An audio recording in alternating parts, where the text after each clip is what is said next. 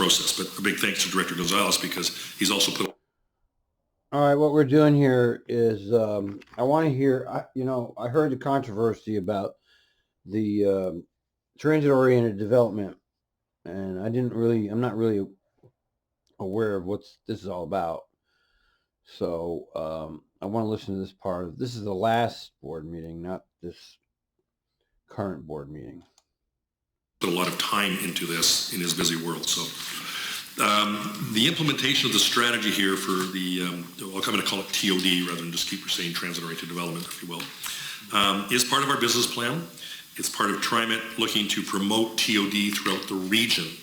And this is important. This is not just a municipal strategy. This is a regional strategy. And there are significant differences. We have a spectrum of how each municipality sees TOD. And so as a regional purveyor of TOD, what you have before you is a high-level set of guiding principles and guidelines, not specific policy, because with 22 municipalities, each one, there is a wide spectrum of how they would look to interpret and apply TOD. So it might be very difficult to actually apply one standard to a very different set of a spectrum of different viewpoints. So part of this has been with that in mind. And I can also say, having been through this personally, and we've met in Denver, and others have experience in LA, we met with our counterparts down in BART, we've reached out to other parts of the coast, and having done a lot of TOD myself, that some of this is looking for feedback from metros and others, and some of you have even heard today, is part of this very high level of principle. The next, which really crucial, is the second step. The second step is to support the first step at the highest levels. A couple other things I would perhaps add here.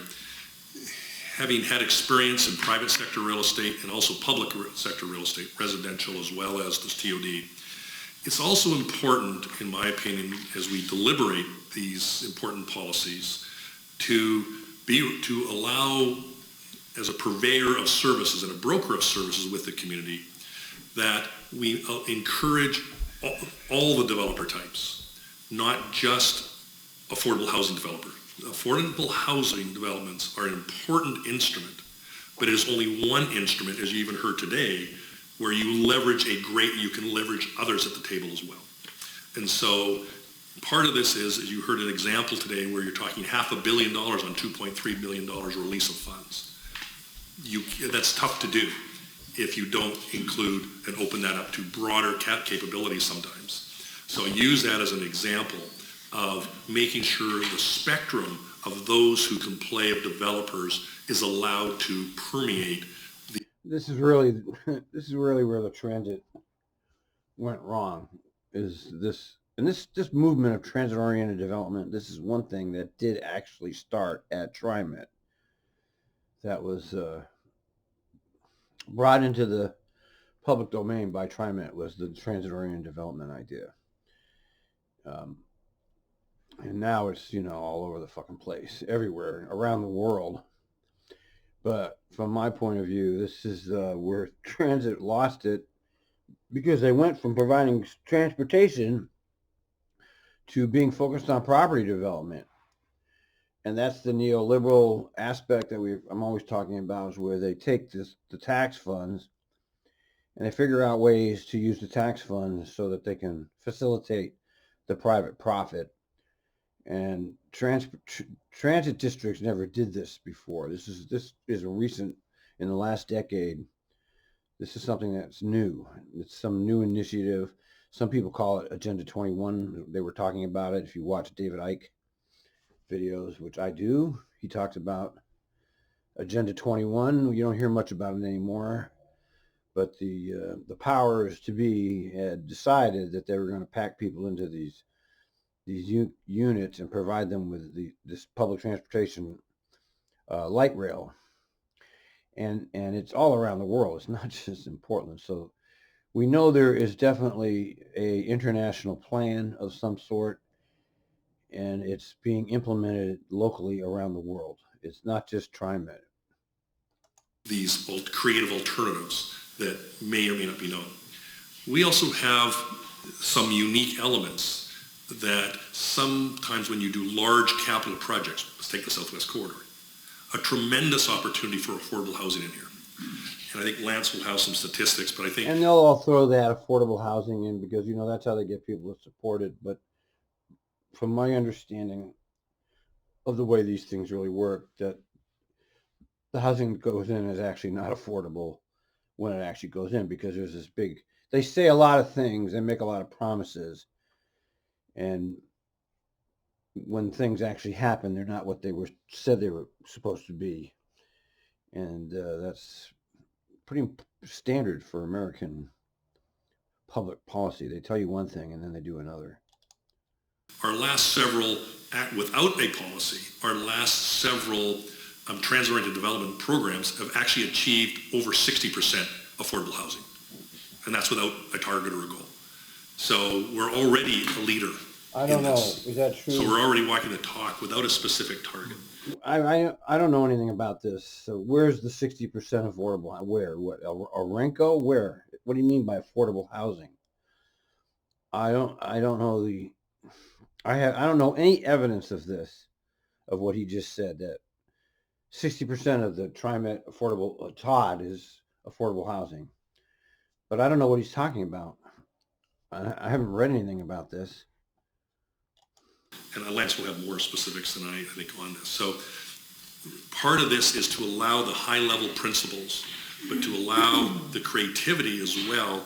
And if we don't help create prosperity, in my humble opinion, then we will be just working on to what degree are we discounting and subsidizing. If you can create new prosperity by the examples, just a couple examples today. See, that's, listen to him.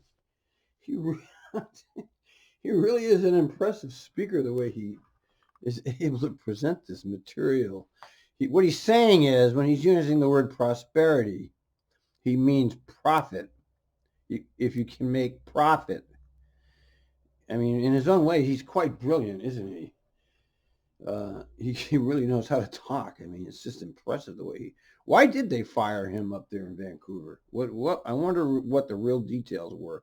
How come he got the axe of all the people over there at TransLink? Why did they give him the axe? And they gave him a golden parachute. And then McFarlane took him under his wing, and now here he is. With it can come other creative ways to share in that prosperity. And that's a different model in some regards, but it shouldn't be just limited to just one type. So I think the goal is to set the framework for us to work closely with each municipality, the stakeholders that have important feedback to give us. But part of it, having done it, is how do you make the fundamental pie bigger? If not, you're going to fight over the fundamental pie size and discount from there. So the goal is, can you do both?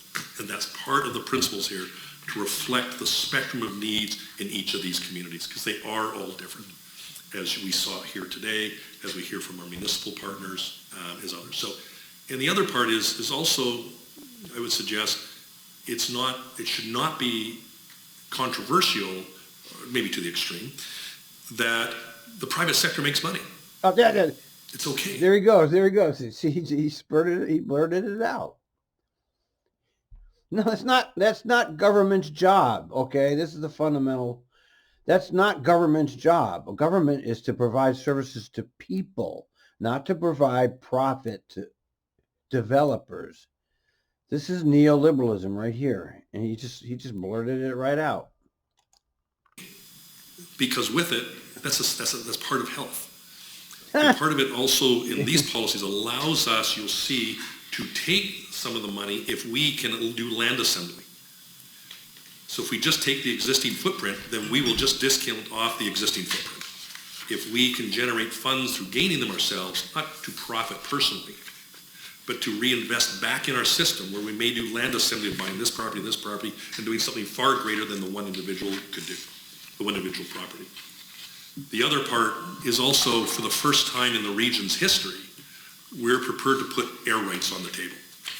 What? That is not in anyone's conversation yet today. And so I believe there are opportunities to build over top of our tracks. But to do so, What? Did you hear that? Air rights? Air rights?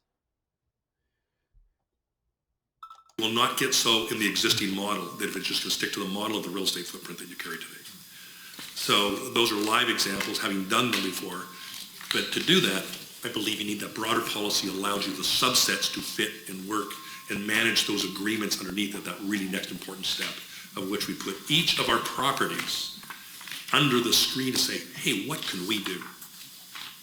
And so that's where the opportunities, having worked in a place that even 30 minutes outside on a train line has 30 and 40-story buildings. And yes, it has affordable housing. And so affordable housing and equity is a very important component. It's a critical component. It's a vital component, but it can be achieved, but I'd say by allowing the parameters to play a larger game. So with that, I'm going to turn it over to maybe Lance or Bob for any comments they may have, and maybe things they've been totally omitted to say. Yeah, thanks, Doug. That's kind of an excellent overview of, I think, what the goals of the guidelines are. So I think what I'm going to talk about is a little bit more on kind of what we've done since August 14th, which is when we came and spoke to you about the original draft of the guidelines at the board briefing and presented that kind of framework. The idea that these are guidelines, they're not prescriptive policies, they're kind of meant to be flexible, they're meant to consider the specific needs of different areas of our region and to treat each potential development site on a case-by-case basis rather than one-size-fits-all basis. So we talked about that at the August 14th briefing. Now we're back just over 60 days later, and in the meantime we've been doing quite a bit of outreach. We have talked to face-to-face with many government organizations, Metro, Washington County, Portland Housing Bureau, Prosper Portland. We've spoken with affordable housing developers, including Housing Oregon, REACH, Proud Ground, Catholic Charities, Central City Concern, Giller Silva and Associates, others. We have reached out to for-profit developers, including Harsh Investments, Russell Development, Carroll Investments, White Street Properties, Generations LLC, and others. So we've been taking the guidelines out to the public and kind of explaining what our philosophy is, what our goals are. And that's not even a full list. We emailed out the guidelines to anyone who asked for it. We've tried to broadly share these, and we received quite a bit of input. And we incorporated a fair amount of the input. Just really quickly, I think the main things we incorporated from the first draft you guys saw a couple months ago, we added a little bit of emphasis on equity and community benefit considerations. Equity. We are adding some Equity. Yeah, they like to throw that word around. There's no equity, but they like to throw the word. further emphasis on pre-development planning and outreach and working with local jurisdictions prior to development of particular sites. We heard a lot of good feedback. In particular, I'm thinking of feedback we heard from the Housing Bureau, which was, hey, if you guys come talk to us early, we have benefits, we have programs, we have funds that we can help developments with. We also added an emphasis on pre-development coordination with communities and just all applicable local jurisdictions. I think you can probably guess what kind of the main theme we heard that we did not incorporate was, and that was a particular percentage goal for affordable housing. We heard that from certain groups, obviously the nonprofit affordable housing developers, the Housing Bureau. Not everyone was supportive of that. Some people were, some people weren't. We explained kind of our philosophy on not doing it. Overall, one goal in the guidelines, and really it's because, like the guidelines say, we want to take a site-by-site view of what we're going to do with development. We're going to prioritize sites. We're going to try and this is to my point of view everything that's wrong with public transportation today. Why is this part of a transit agency at all? Transit agency is to get people around, not this. The best sites to start with for development opportunities, and at that point we're going to do the outreach, we're going to figure out a site strategic master plan, we're going to do a critical needs assessment, and we're going to kind of figure out what are the needs of the site, the jurisdiction the site's located in, the surrounding community, and try and create a development, also financial feasibility obviously, and try and create a development that fits the context of that surrounding area in the best way. So I think that's the reasoning behind not having a goal in the policy. And just real quick, like Doug said, we have been very supportive of affordable housing in the past, and we will remain very supportive of affordable housing. These guidelines are very supportive of affordable housing. If you read them, there is a lot of strong language in here about. In other words, no, there's some language in there, but there's no.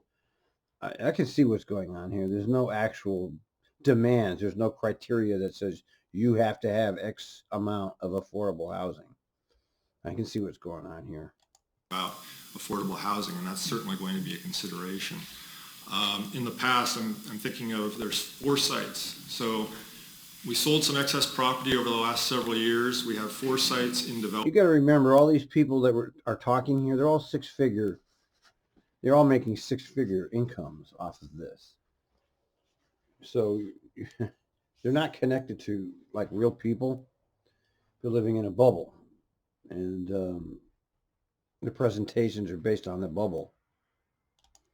Development that have 506 affordable housing units out of 747 total apartment units. So we're looking at, that's a 67% affordable housing ratio. So I think that shows that what we've done without. As I said, where's the evidence, and what is the affordable? I need to see more evidence of this.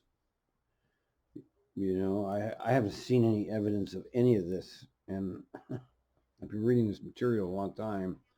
I really don't know where are the 557 units that he's talking about, and how many of those are affordable, and what is that supposed to mean, affordable?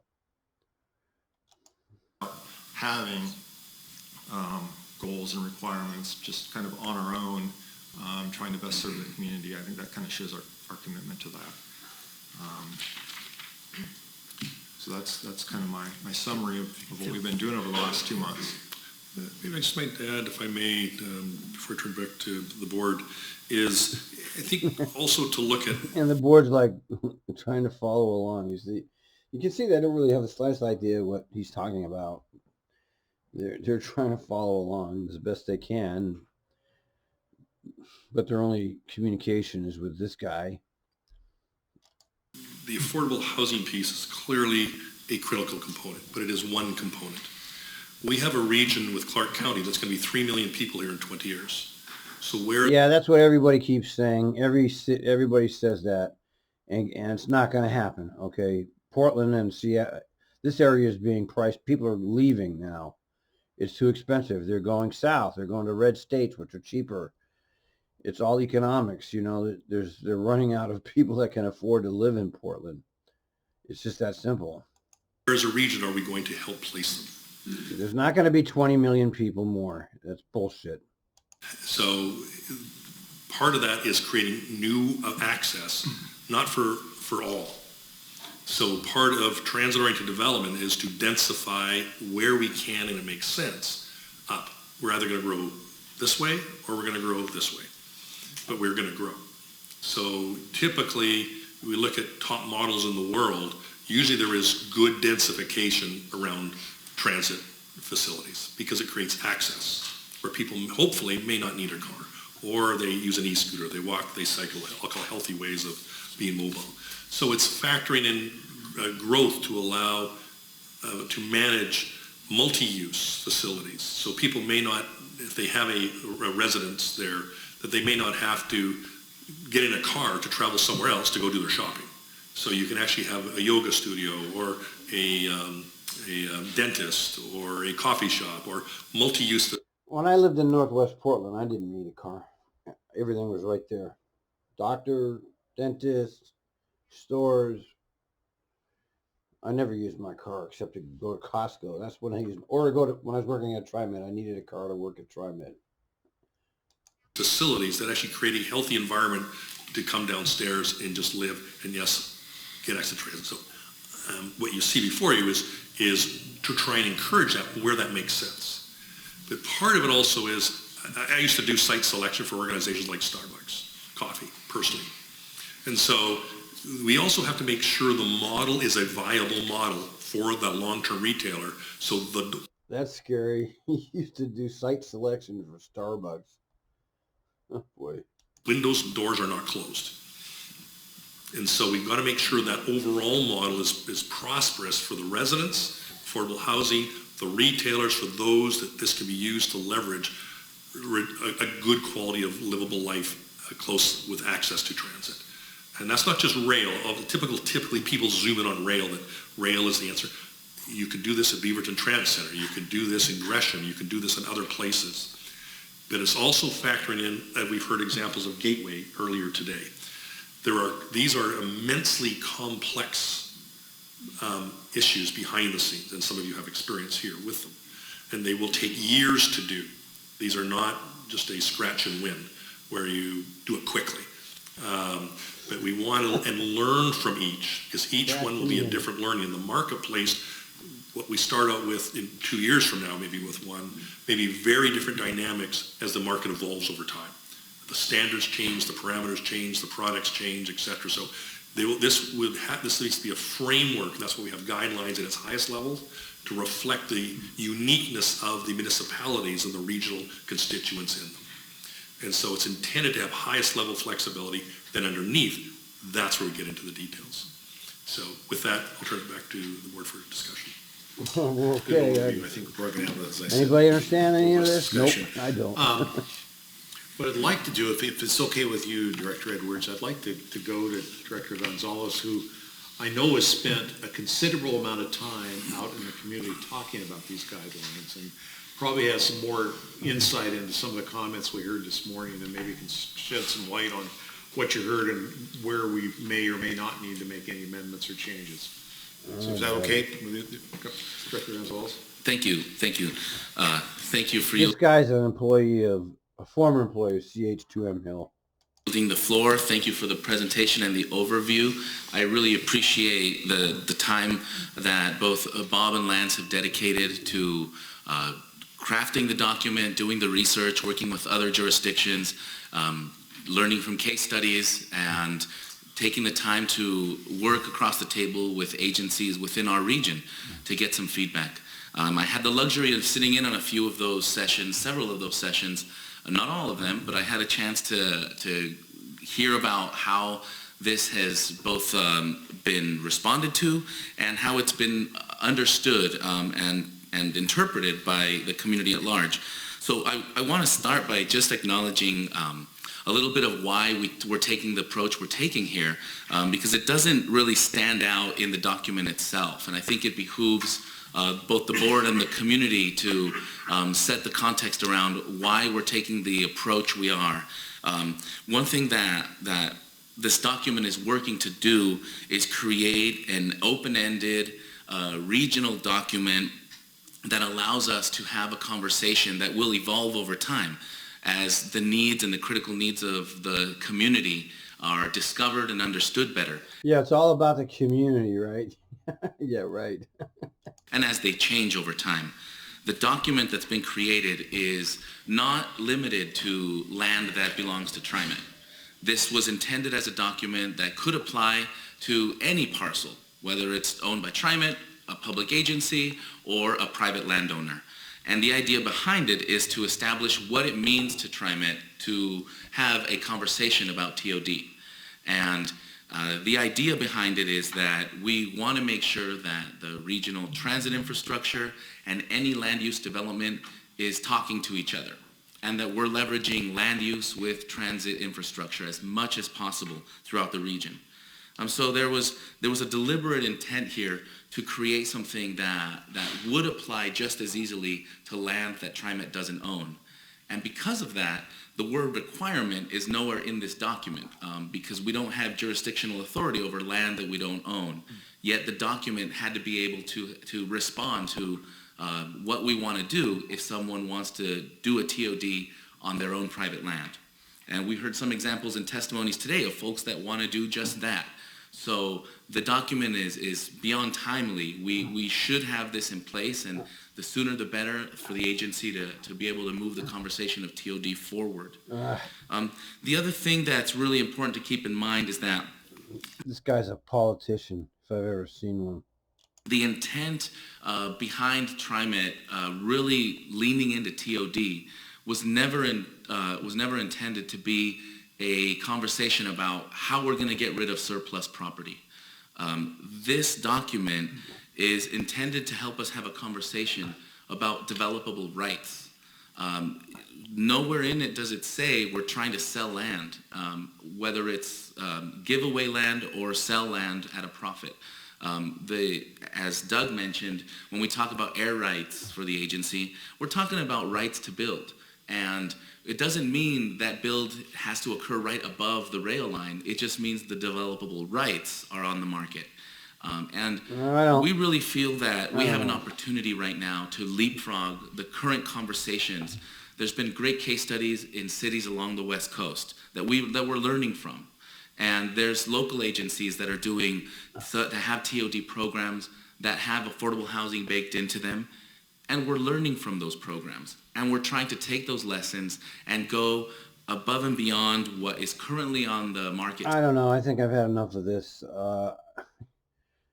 Okay. I don't like it because it's not really what a transit district is supposed to be doing.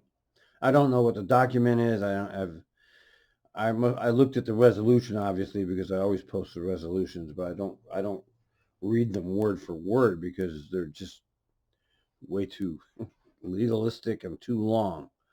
So I don't know what this document is, but I have an idea, pretty clear idea, that it's basically for private developers to make money. I think that's what we're coming away with here, which a lot of us already knew. We already knew that Trimet is a development agency, and this is just more evidence supporting that.